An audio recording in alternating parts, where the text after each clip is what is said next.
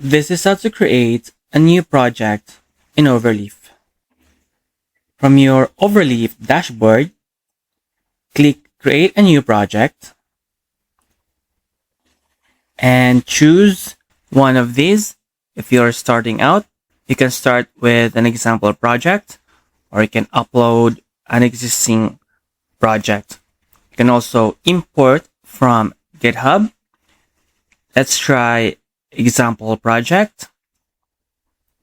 We will name our project our first